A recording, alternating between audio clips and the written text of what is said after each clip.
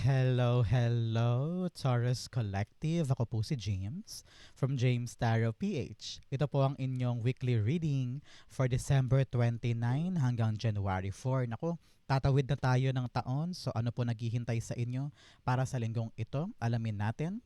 So mga Taurus, inhale and exhale. Holy Spirit, Spirit Guides, ibigay natin kay Taurus ang mga mensaheng dapat nilang malaman ngayong linggong ito. At the center, the Chariot card, beautiful. In the area of what you need to focus on, that Strength card, yes. In the area of what you need, meron po kayong the Nine of Pentacles, beautiful.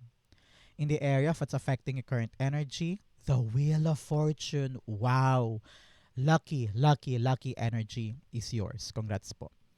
In your near future, the Five of Cups, beautiful. In the area of your challenge, meron po kayong the Five of Pentacles. 5-5, talaga namang ito yung linggo ng pagbabago. Okay? You have in your fortune area, the Eight of Pentacles, beautiful. In your divine messages, the Ace of Cups. At ang outcome nyo po para sa linggong ito po yun. Mamaya sabay-sabay natin siyang bubuksan at the end. But first, mga Taurus, thank you po muna sa mga donations po ninyo. Saka po sa mga hindi nag skip ng ads. Naku, malaking bagay po yan. Every time po na meron akong libreng reading para sa inyo, malaking tulong po yan.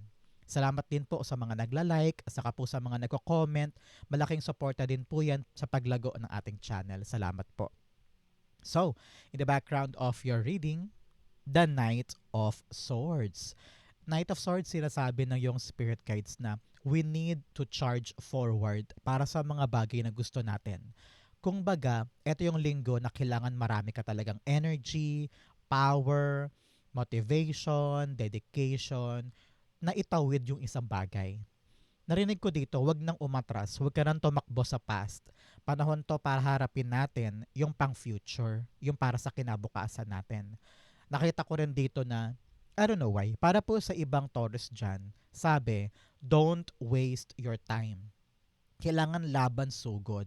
Kapag may opportunity, i-grab natin. Kasi baka mamaya open lang pala yan dahil Christmas season or New Year season.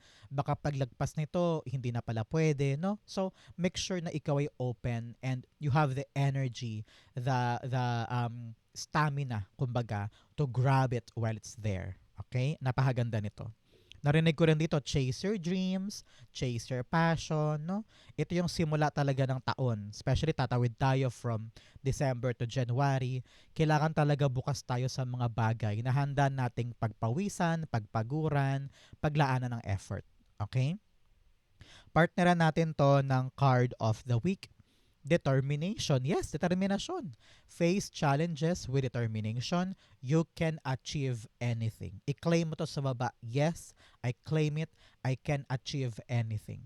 I claim it, I claim it, I claim it. Isulat mo yan, it will come true. So, in your core energy, meron po kayong chariot card. Yes, abante, abante, abante, forward. Meron kang nilalakad, meron kang inaasikaso, meron kang minimithi na idediretso ko na ba to? Kukunin ko ba to? Yes, sugod, laban, forward. Okay? Because may naghihintay sa yung bagong bagay. Sabi na yung spirit guides, ready ka na. And the universe is supporting you in this new journey. Sabi ng yung spirit guides, iwanan na yung past. Meron kang mga dapat iwanan. Sabi ko nga sa inyo, at some point, ikaw babalik-balik ka sa past. Whether past jowa yan or past experiences o mga bagay na dapat lumipas na pero pinapanghawakan mo pa rin. Ngayon, napakalinaw ng sign sa'yo. Move forward na tayo. Abante na tayo. Lumarga na tayo. Doon daw dapat yung dapat nating paglaanan ng effort, time, and isip. Okay? Meron kang dapat lakarin na daw. Some of you baka bumiyahe pa nga. So, nakita ko dito yung forward movement ng bagay-bagay at merong mabilis na mangyayari na kailangan mo talagang kumapit, magpaka-focus because it needs your attention. Pero this time around, talaga namang, I don't know why, narinig ko makakatanggap ka ng tawag confirming sa journey na ito. So, lalarga ka na, okay? I don't know, narinig ko parang meron ng tawag for abroad, for a new opportunity, na akala mo hindi pa darating pero boom, eto na pala nandito na, kaya kailangan nating maging energetic and palaban, charging forward. Okay? Chariot cards being clarified by the Seven of Cups. Yes. Unti-unti magbubukas sa iyo yung mga options, mga pintuan, mga possibility na akala mo dati hindi bukas, no? On my clock is 10:10. Okay? So talagang ending of a tough cycle, ending of the past, and you are now actually entering a new cycle of your life. Okay? May mga pinto ang magbubukas para sa iyo, kaya ang kailangan gawin ni Taurus this time ay magkaroon ka ng kaliwanagan sa isip mo kung ano ba talaga yung balak mong gawin. Kasi tinan mo si Seven of Cups. Actually, maganda sana siyang problema na ang daming pinto ang nagbubukas or ang daming options. Pero yung problema nangyayari sa alin ba dito ang pwede sa akin? Ano ba ang gusto ko? Yan yung mga nganak ng kalituhan. Parang hindi ko sure ano ba talaga, hindi ako makaabante, hindi ako makahakbang. So sabi dito, kailangan daw clear muna sa isip natin kung ano yung gusto nating unang kunin na pag-i-investan natin ng time, ng energy, ng love, ng effort para sulit naman. So ngayon, make up your mind, Taurus, ha? Kailangan sigurado ka sa gusto mo, mag-forward moving ka, and dire-diretso na ito. Okay? Napaka-importante niyan for you. So Taurus, since ito po ay December 29 to January 4, dadaan tayo sa pagitan ng 2 taon, di ba? So transitioning tayo. So ano yung mga balak mong iwan sa 2025 na ayaw mo nang dalhin sa 2026? I-comment mo yan sa baba para mangyari. Halimbawa, I claim iiwanan ko na yung toxic kong friends sa 2025. 2026, magaan na ang buhay ko. Parang ganyan. So it will happen for you. Isulat mo yan. Okay? In the area of what you need to focus on, meron po kayong the strength card. You have 8 here on its number. 8 and then 8 of pentacles telling you abundance, abundance, abundance. I-claim mo yan, it will be yours. Strength card, kailangan mo ngayon magpakatatag sa bagong journey mo na ito. Sa ihahakbang mo, sa gagawin mo, kailangan talaga tayo ay matibay, matatag, patient, resilient, no? Kayanin natin, kumbaga. Yun ang main message dito. Kayanin natin na labanan yung problema, labanan yung challenge, tapusin yung mga task, tapusin yung mga dapat nating obligadong gawin because kapayapaan ang dulot nito sa'yo.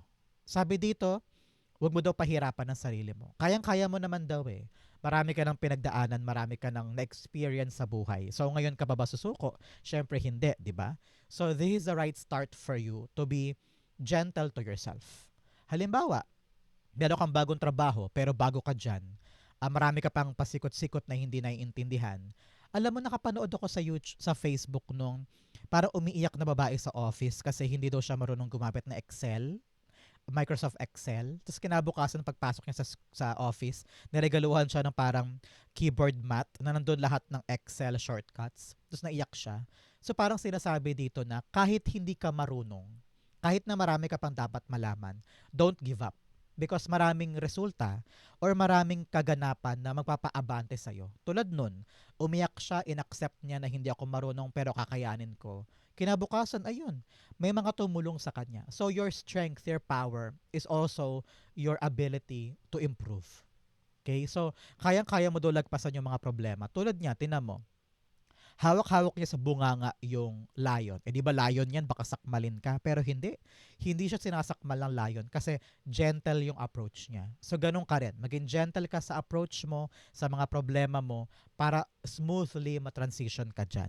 Okay? Napaka-important yan. The strength card, paki-clarify Holy Spirit, Spirit Guides. So Taurus, ano po ang inyong balak ngayong bagong taon? Saan po kayo mag-celebrate? Are you with your family, with your friends? Nasa abroad ka ba ngayon? Paano po ang selebrasyon ng bagong taon sa area ninyo? Okay? Strength cards being clarified by the Ten of Swords. Yes, kakawala ka rin daw. Lalaya ka din sa struggles mo. Siguro ngayon feeling mo mag-isa ka, feeling mo ang hirap-hirap, para ka nakalubog sa kumunoy, or feeling mo hindi ka na makaabante. Pero sabi dito, ang power mo ngayon ay ang lakas mo, yung resilience mo, katatagan mo. Marami ka ng pinagdaanan na ganito eh, in the past eh. So, kinaya mo naman, di ba? So, ano yung question natin this time? kakayanin mo din moving forward. Okay? Kayang-kaya mo to. Sabihin mo nga, kayang-kaya ko to. Kayang-kaya ko to. Everything will be fine. Okay? In the area of what you need, you have the Nine of Pentacles. Si Nine of Pentacles, sinasabi ng yung spirit guides na mag-focus ka this time, Taurus, sa iyong sariling kaligayahan. Okay? Your independence, your own worth, your own money, no?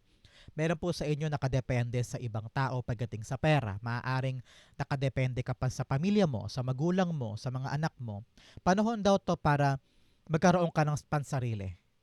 Starting this January, naku, ito yung time na kailangan natin talagang maging maparaan pagdating sa ating sariling pera.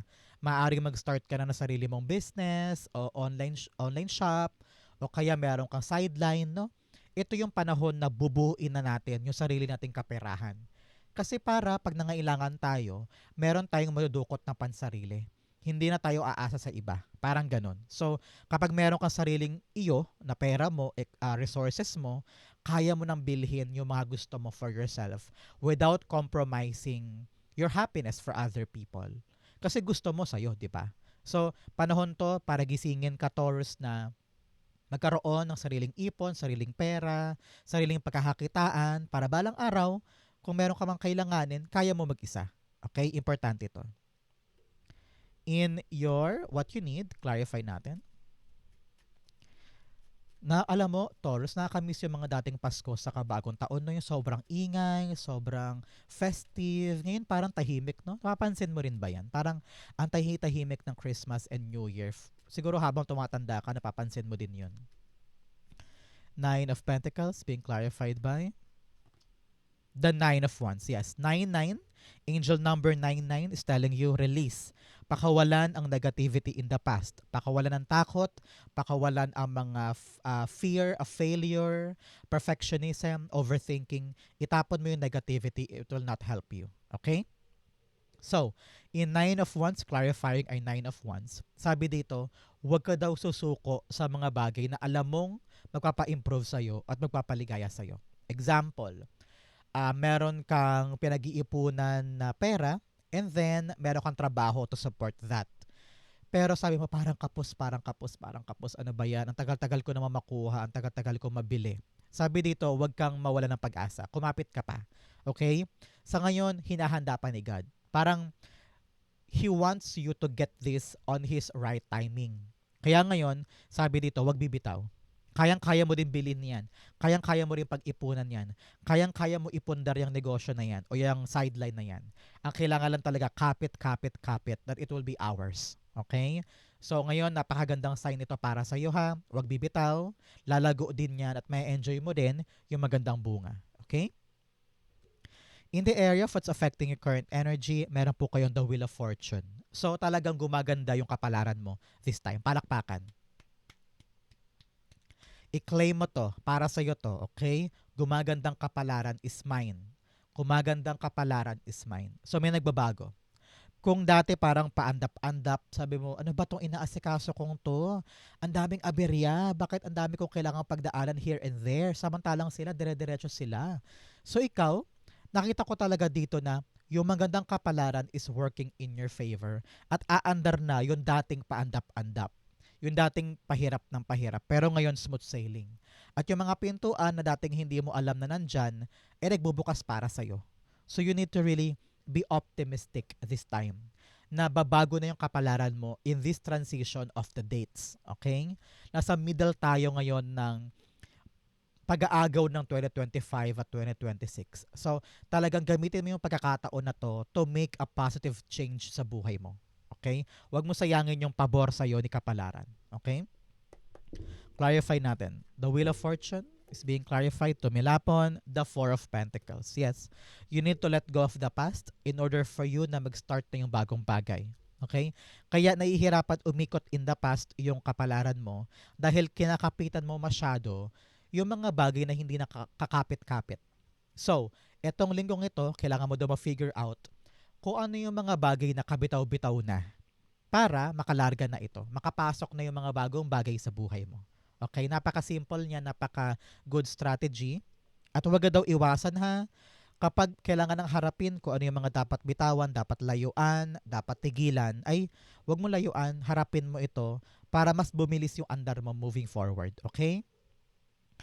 In your near future, meron po kayong the Five of Cups. Yes, ang tabayanan mo Taurus, 5 days, 5 weeks, or 5 months after watching this video, talaga namang kitang-kita mo na kung ano yung mga bagay na dapat nang iwanan na na-realize mo, so, nagpaantala ng andar mo. Na-realize mo na, ay, bakit ba ako nagsayang ng oras dyan? Eh, hindi ko na pala mababalikan pa yan.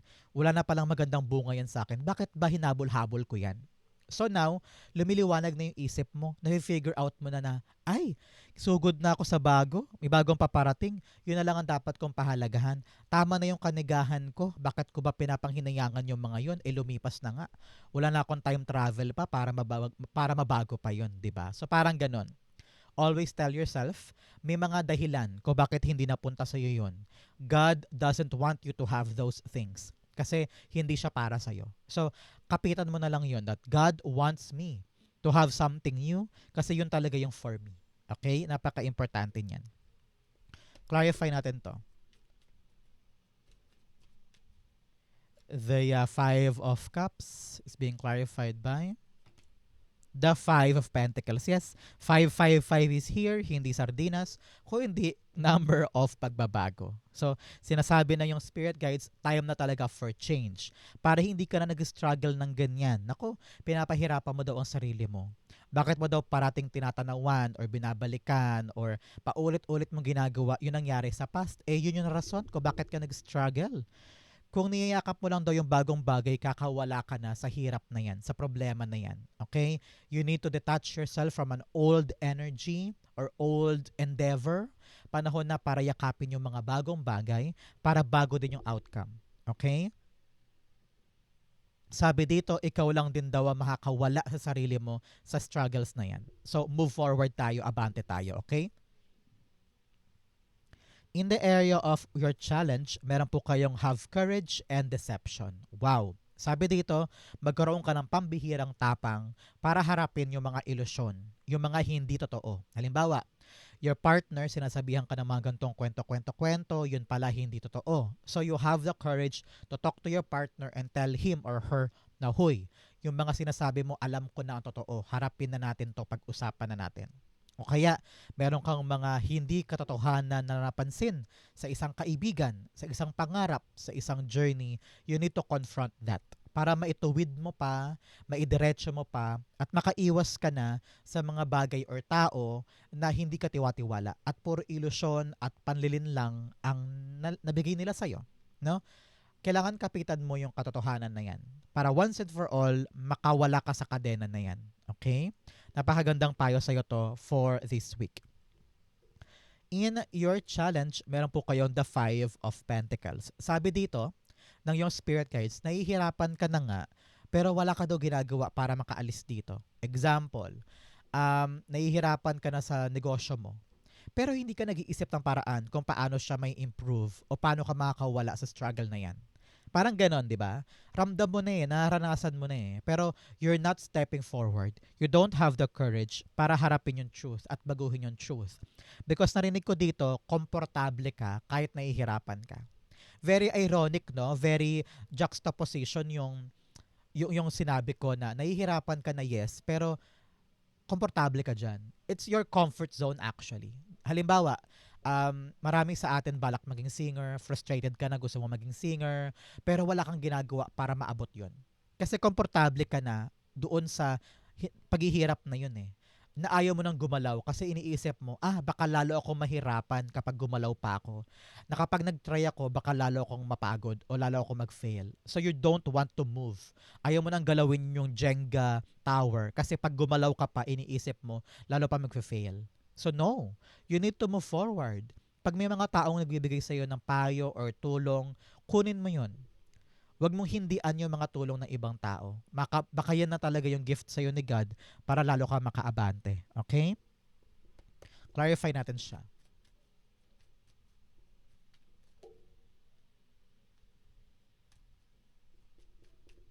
You have the Eight of Pentacles. Yes, you need to work on yourself. No, Taurus, ito yung linggo na kailangan talaga natin na alamin kung ano yung mga toxicity natin mismo na kailangan nating baguhin in order for us na makabitaw na sa struggles natin. Narinig ko dito na, like I've said kanina, masyado ka ng komportable doon sa ginagalawan mo. Kaya kahit nag-struggle ka, ayaw mong gumawa ng something drastic or bold move. Now is the right time for you para gisingin ang iyong diwa. Ano ba yung mga mali na dapat itama para hindi na ako mag-struggle dito and work on that. Okay? Napaka-importante niyan. In your fortune, meron po kayong transformation. A fresh new way of living emerges. Yes, determinasyon para sa pagbabago ng buhay. Importante yan. You also have rainbow blessings. Blessings are showering your life. Wow. I-claim mo to. I-comment mo sa baba. Blessings are showering my life. I claim it. Blessings are showering my life. Pag nakakita po kayo ng rainbow after watching this video, garantisado, this reading is for you at may blessing ka coming in. Okay?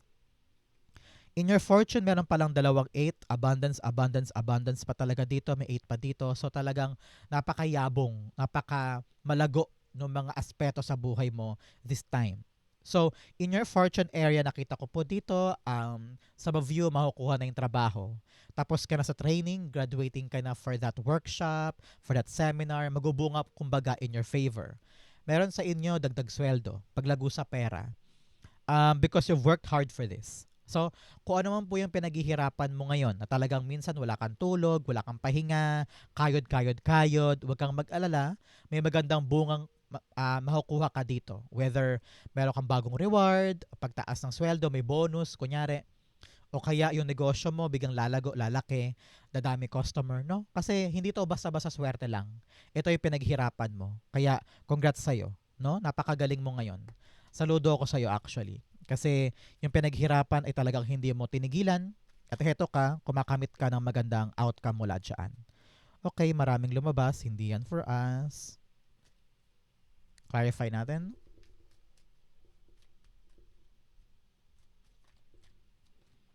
The Chariot card. Yes, aabante. Kung ano yung pinaghihirapan mo, forward, forward, forward. Okay? Dalawang beses lumabas si Chariot card. So, talagang advancement ito sa buhay natin. Pag-andar, paglago, pagdire-diretso. So, congrats po ha. I-claim mo to.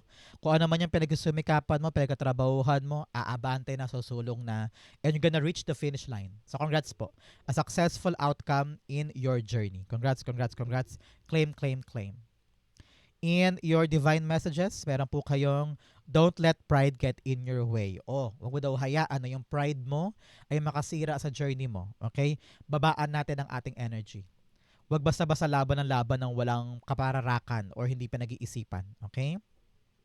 You also have look at the bigger picture. Lawakan mo daw ang isip mo, lawakan mo daw ang pananaw mo para makita mo kung ano yung dapat gawin.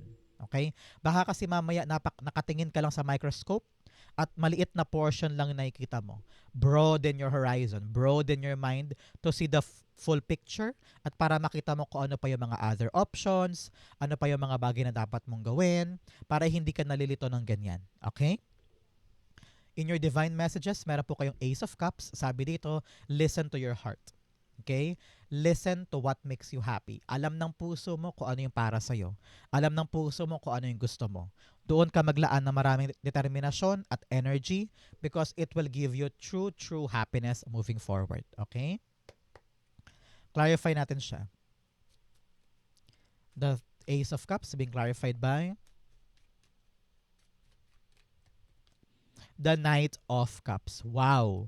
May offer daw na darating para sa'yo. Maaring offer of love, offer of affection, o kaya offer of a new sideline, kaperahan, baka yayain ka ng kapitbahay mo na parang, uy, Taurus, meron daw, party sa may bayan. Tara, magtayo tayo ng, ihaw-ihawan malapit, baka kumita tayo. Mga ganyan kasimple.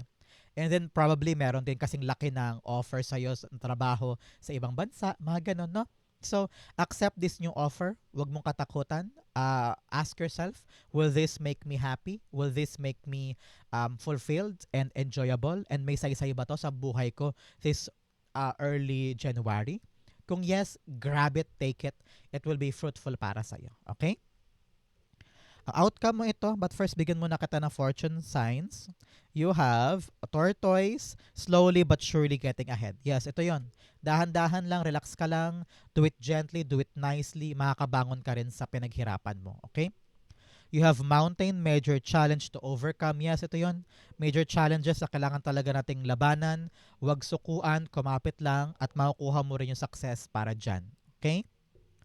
You also have peacock, beware of great pride. Oh, dalawang beses lumabas yung ego something. Kailangan daw talaga ay babaan natin yung pride natin, yung ego natin para magkaroon tayo ng smooth transition, magandang mga relasyon, magandang ugnayan with other people. Sometimes we need to accept our own mistakes. Diyan magsisimula yung kababaan ng loob. Pag accountable ka sa iyong mga aksyon at sa iyong mga pagkakamali, good start yan. Okay? You also have cup. You should accept valid criticism. Yes. Like I said, kailangan talaga matuto kang tumanggap ng mga pagkakamali. Pag mayroong pumupuna sa'yo, i-accept mo lang with open mind, open heart, para mag-improve ka. Okay? Hindi naman sasabihin yan sa'yo dahil basher lang. Of course, may mga taong walang magawa, bashing lang ng bashing. Pero ramdam mo kung may saysay yung sinasabi sa'yo na dapat mong i-improve o baguhin sa sarili mo. Okay? Ang outcome mo, Taurus, for December 29 to January 4, the Page of Pentacles. Beautiful. Page of Pentacles talaga may papasok sa iyong bagong blessing. Heto ka, hawak-hawak mo. At ingat na ingat ka, sabi mo, kaya ko ba to? Magagawa ko ba to? Yes. Kayang-kaya mo to, magagawa mo to, mag-move forward tong bagong blessing na ito. Ang importante, handa kang mag-aral para sa ikabubuti niya. Okay? Kailangan kaya mo siyang asikasuhin, ilalaan mo yung effort mo, time mo, ipa-prioritize mo to. Kasi nakita mo yung value niya at yung ganda niyang maidudulot para sa'yo. Okay? Sabi rin dito ng yung spirit guides, don't take things for granted. Kapag may dumating, kapag merong opportunity, grab it, aralin mo, pagsumikapan mo, because yung bunga nito, pabor sa'yo. Okay? Some of you, nakita ko talaga nang galing ka sa isang seminar, workshop, at training, no? At yung makukuha mo doon ng mga lesson, gamitin mo yan para sa ikakaunlad ng paghawak mo sa bagong blessing na ito. Okay? Example, katayo ka ng sarili mong coffee shop. So, kailangan talaga pag-aralan kung paano magpatakbo ng isang coffee shop. Parang ganon. Okay? Page of Pentacles, you have the Seven of Swords. Yes. Kailangan talaga new strategy, new paraan para magkaroon ka ng good outcome. Nakita ko dito na panahon na to para baguhin mo ang diskarte mo sa isang bagay kung nitong mga nakaraang buwan, nakaraang taon, nag-fail ka sa kaparehong blessing. Example, meron ka ngayong bagong trabaho and kapareho siya ng past job mo. So, kung ano yung mga pagkakamali mo sa past job na yon, kailangan wag mo na i-apply dito. We need a new strategy, mga bagong paraan for this to be able to work in our favor, no? So ngayon, wag mo nang dalhin yung mga past mistake mo sa bagong trabaho. Parang ganyan. Kailangan mag-overhaul tayo ng strategy para this time around magbago na yung kwento ng blessing na ito sa'yo. Okay? Napaka-importante niyan for you. Wow, Taurus. Ito po ang inyong December 29 to January 4. Saan po kayo nakaresonate? Comment down below. Spirit Guide, Holy Spirit, thank you for the messages and clarity na kailangan malaman ngayon ng mga Taurus. Comment po kayo sa baba ha, babasahin ko po yan. Thank you again for watching hanggang dulo, Taurus. I love you. This has been James for James Tarot PH. God bless everybody.